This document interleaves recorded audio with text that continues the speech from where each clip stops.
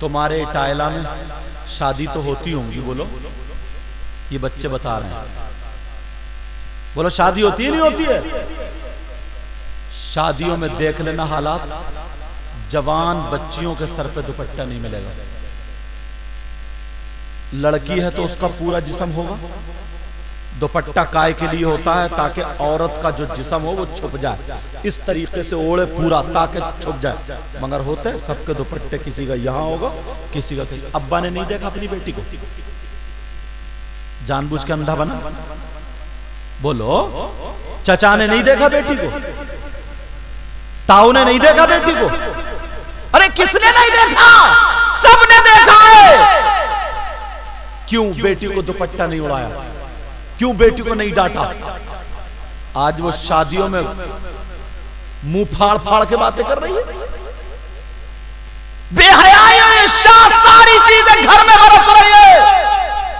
और ये माँ है ना माँ, इसको सब पता है, सब पता है कि मेरी बेटी मोबाइल पे कहां बात कर रही है।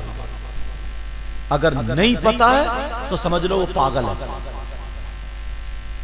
वो माई क्या है जिसे अपनी, उस माँ को पता नहीं है जीने की आड़ में खड़े होकर बात कर रही है। उस माँ को पता नहीं है आधा घंटा छत में किससे बात कर रही थी। उस माँ को पता नहीं है कमरे में बंद हुई आधे घंटे से मोबाइल में किससे बात कर रही थी। क्यों नहीं पूछा माँ ने?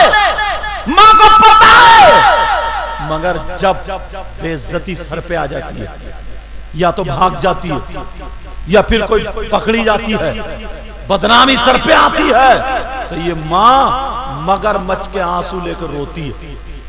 अब रो रही है और रो करके कह रही है पता नहीं क्या हो गया, मेरी बेटी का किसी ने दिमाग फिरवा दिया, पता नहीं मेरी बेटी को जादू करा दिया, सिफली अमल करा दिया, मेरी बेटी पे कोई हवा है, जिन है, भूत है, मेरी बेटी तो बड़ी शरीफ थी।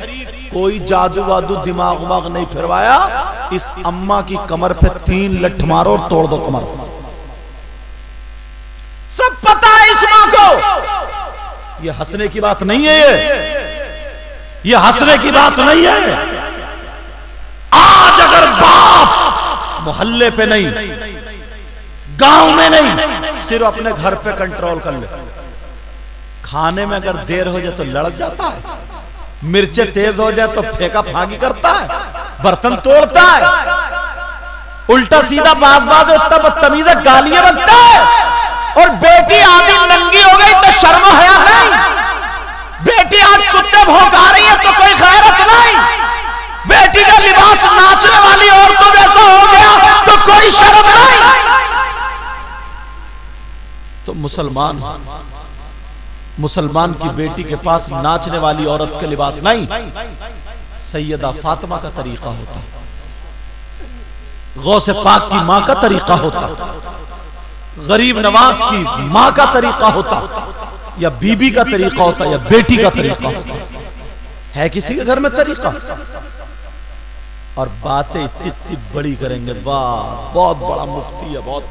देखो जरा गिरेबान में झांको, यहां से लेकर के हमारे भाई साहब जो बैठे, इस तरफ से लेकर के इधर तक पूरे मजमे में अगर मैं तुमसे ये कहूं कि कोई ऐसा है जो अपने मरे हुए भाई का गोश्त खाता है, तो तुम कहोगे यार कौन खा लेगा, वो भी अपने भाई का।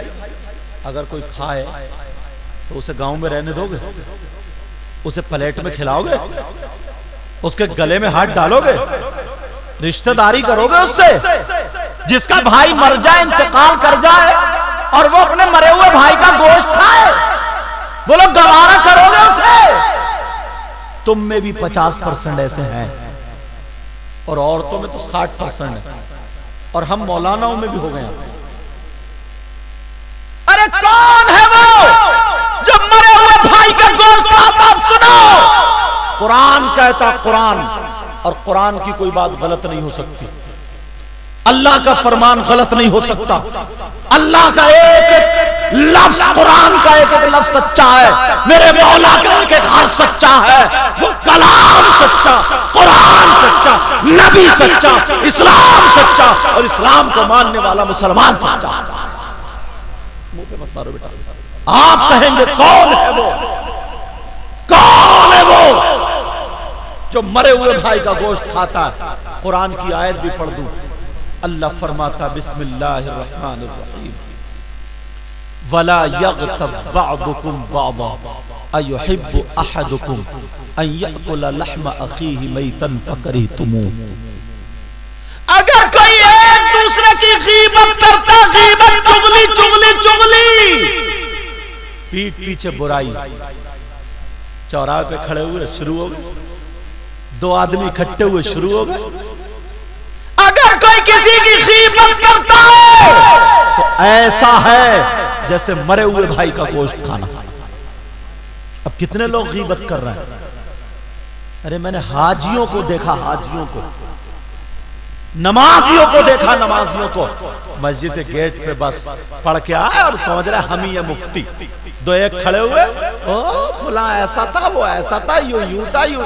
कोई अच्छाई वाली बात नहीं। हम लोग इकट्ठे हुए, मुफ्ती मोहम्मद हुसैन संबली की तारीफ कर दे, पूछो।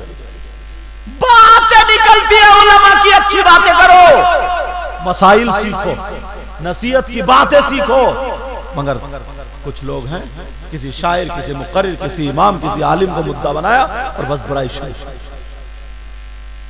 एक दूसरे की कितनी गीबत करते हैं, मगर कुरान पढ़ा के। और औरतें, तौबा तौबा, सुबह को जब निकलेगी नाश्ता करके ना तगड़ा वाला, तुम तो चले ही गए खेत में गन्ना छीलने, और ये गई पड़ोस में, ओ सुना तूने मोहल्ले में क्या हुआ, ये हुआ, यूं हुआ, तू हुआ, पूरे गांव की सुनाई। और चलते टाइम बोली कहिए किसी से मत।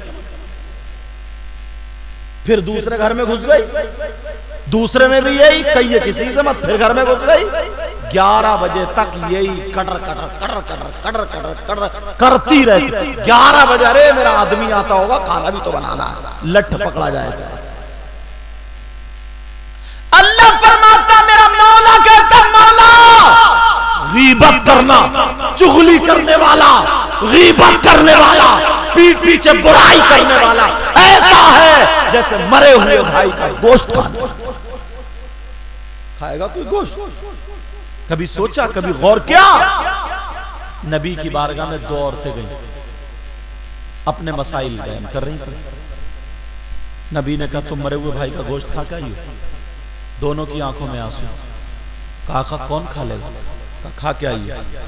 अकन नहीं खाया। खा के आई हो? दोनों कहने लगे कसम है रब्बे जुल जलाल की, आज हमने गोश्त ही नहीं खाया। नबी खड़े हो गए, बोले खड़ो, उठो उठो, चलो उधर चलो। दोनों औरतें डर के मारे उधर गई। हल्के में उंगली करो, कै करो, पलटी करो। जब उंगली करके ना गले में, हल्के में, और पलटी करिए तो गोश्त की बोटी निकल रही थी, टुकड़े निकल रहे थे, गोश्त के लोथड़े निकल, चीख निकल गई उन दोनों की। आका कसम है रब्बे काबा की, हमारे माँ बाप आप पर कुर्बान, आका सच बता रहे, आज हमने गोश्त नहीं खाया, मगर ये गोश्त कहाँ से आया? आपका समझ में नहीं आई बात। तो मेरे नबी ने फरमाया तुम किसी की गीबत करके आई हो, चुगली करके आई हो, और गीबत करना, चुगली करना ऐसा है जैसे मरे हुए भाई का गोश्त खाना। आज के बाद कोई किसी की गीबत करेगा, कोई किसी की चुगली करेगा, कितनी पीठ पीछे बुराई।